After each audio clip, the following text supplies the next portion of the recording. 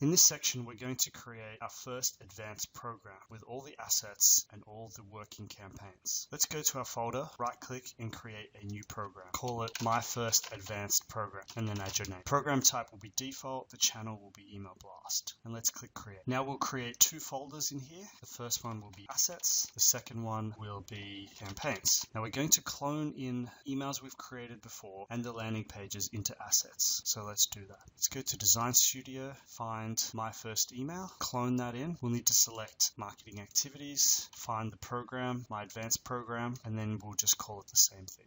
Untick Open in Editor and click Clone. Now we're going to do the same thing. Go back to Design Studio, find the landing page, find your first landing page, right click, and we're going to clone it. Switch to Marketing Activities, select your program, My Advanced Program, and then we'll call it the same name. Untick the Open in Editor and click Clone. So now we have our assets here. You'll notice they've been cloned into the top level, and we want to move them into the assets folder. So let's do that. Before we can use these, we'll have to approve them. Otherwise, we won't be able to use them in our campaigns. So let's go ahead and approve those. If you get any errors, you'll need to fix those things. So in this particular case, we're going to add a subject line. The subject line should always contain your name so that your instructor can find your particular email and mark it. So let's call it My First Email and then add your name and your company. We'll close that and approve it. Once those two are approved, we can go to creating the campaigns now. The next step is to create the campaigns. Let's go to the campaigns folder, right click, create a new smart campaign. For the name, let's call it 01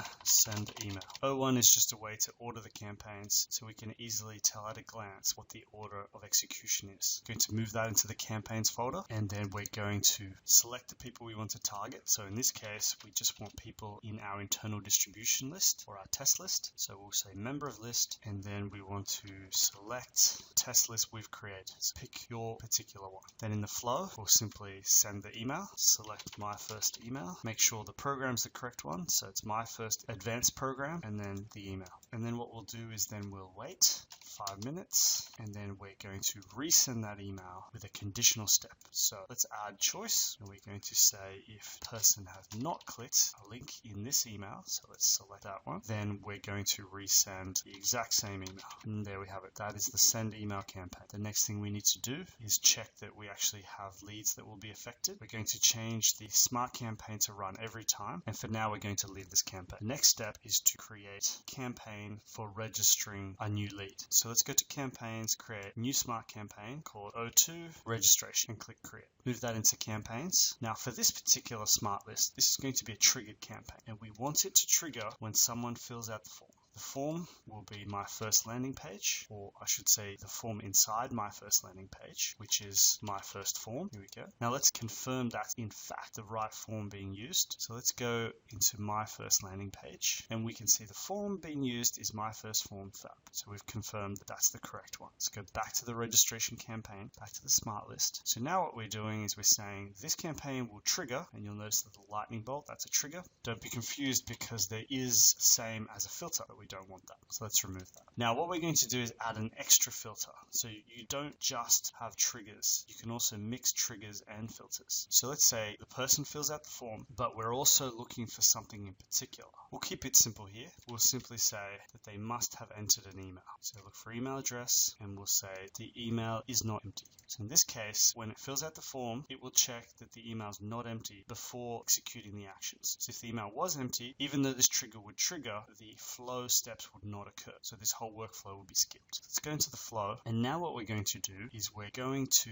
send an email to that person that just registered, and we'll just resend them the same first email. So here we're going to send an alert. Now, an alert is not sent to the actual lead flowing through this particular workflow. It's sent to someone else. So it could be the marketer, it could be the salesperson. In this case, it will be you. So the email we're going to send is simply My First Email, and we're going to send it to none, neither the lead owner or the account owner, and just our own email. So what this will mean is when you send this, you'll also get an email sent as an alert. So this could be an alert sent to tell you people have registered for the event. Then what we'll need to do is go to schedule schedule tab. Let's edit this so leads can flow through this every time, and then we're going to activate it. So now you'll see the light switched on and the campaign's ready to go. So now this first advanced program that we've just built is ready to go, but there's one last thing we need to do. We need to create a link from the email to the landing page. Otherwise, people can't actually get to the landing page and register. So let's go to the landing page. Let's go to this approved URL, right click, copy, and then we're going to go into the email and edit it. And we're going to insert that link into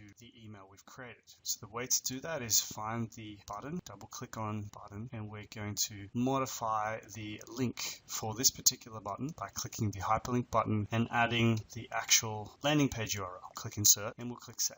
What we now want to do is preview the draft. Make sure that we can actually click that button and get to the landing page. So if we scroll down, we'll just hover over this and we notice on the bottom left-hand corner of our browser that the URL appears and that's the right URL. So we're good. So if we now go close this window, we'll approve the email. Now there is a link to get to that landing page from the email and we can now test our new advanced program.